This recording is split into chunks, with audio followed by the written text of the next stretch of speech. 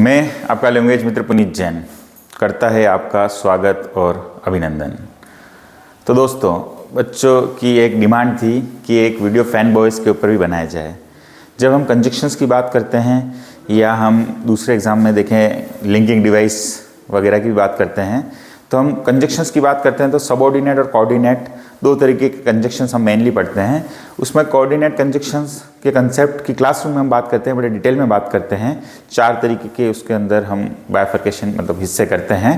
परंतु यहाँ जो एक सिंपल सा कंसेप्ट है, अगर थोड़ा फास्ट हम देखें और हमको कोऑर्डिनेट कंजक्शंस के बारे में सीखना हो तो एक सिंपल सा कंसेप्ट जो प्रचलित है फैन बॉयज़, इसके माध्यम से जो हमारी लाइफ में मेन कंजक्शंस होते हैं कोऑर्डिनेट टाइप के, उनको बड़े आराम से हम देख सकते हैं। तो फैन बॉयज़ का मतलब F का मतलब फॉर, A का मतलब and, N nor, B but, O आपका और, यट और S आपका हो जाएगा सो। तो ये मेन 7 कंजक्शंस हैं। ज़्यादा हैं कंजक्शंस तो, पर ये मेन 7 हैं जो कॉम्पिटिटिव एग्जाम में हर तरीके के जो क्वेश्चन होते हैं उसमें बनते हैं और हर तरीके के कॉम्पिटिटिव एग्जाम में पूछे जाते हैं। तो फिलहाल आपने काफ़ी सारों के बारे में जाना होगा। हम फोर से शुरू करते हैं। फोर थोड़ा अलग टाइप का कंजक्शन होता है। आमतौर पे हम फोर का प्रयोग प्रेपोजिशन में हमेशा देखते हैं, पर वहाँ उसका मतलब अलग होता है। यहाँ आप देखिए, she stayed home for she was feeling unwell, वह घर पर ही रही। हम यहाँ मान सकते हैं इसको थोड़ा सा बिकॉज के इक्विवेलेंट रख के देख सकते हैं, because she was feeling unwell. तो ये फोर वो फोर नहीं है जो हम 99.99% अपनी लाइफ में सुनते हैं प्रेपोजिशन में। ये आपका फोर का प्रयोग इस तरीके से होता है और बहुत सारे लोग जानते भी नहीं है कि ये वाला फोर इस तरीके से भी यूज़ में आ सकता है। चलिए, तो हम तो जानने की कोशिश करें। जो भी चीज़ें हम नहीं जानते और जानते हैं तो बहुत अच्छी बात है। सेकंड वाला हम लाइफ में हमेशा यूज़ करते हैं एंड। जब दो चीज़ें समान डायरेक्शन में हो या एक ही टाइप के आइडियाज़ हों, तब हम चीज़ों को किससे जोड़ते हैं? एंड से। तो राजू भी इंटेलिजेंट है, संजू भी इंटेलिजेंट है, दोनों इंटेलिजेंट हैं, तो हमने इसको जोड़ा एंड से। अगला है नॉर। नॉर आप जगह जगह पढ़ते हो, नीदर के साथ भी पढ़ते हो। नॉर में आमतौर पे नहीं वाली बात होती है।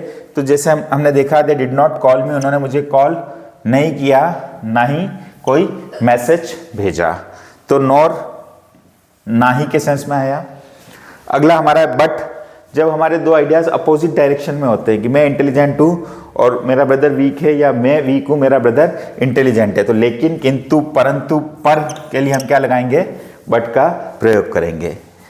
फिर और में हमको करनी होती है चॉइस, चुनना होता है या तो ये या वो। जैसे आइदर और की बात हम करते हैं, तो do you want to go to movies और स्टे होम, आप मूवी देखने जाना चाहते हैं या घर पर रहना चाहते हैं। फिर यट होता है फिर भी या तो भी। ही इज रिच, वह अमीर है, फिर भी वह खुश नहीं है या अनहैप्पी है। अब सीधा भी आप यूज कर सकते हो, he is rich yet unhappy, या पूरा भी आ सकता है आपके एग्जाम में। और लास्ट है सो का मतलब होता है इसलिए।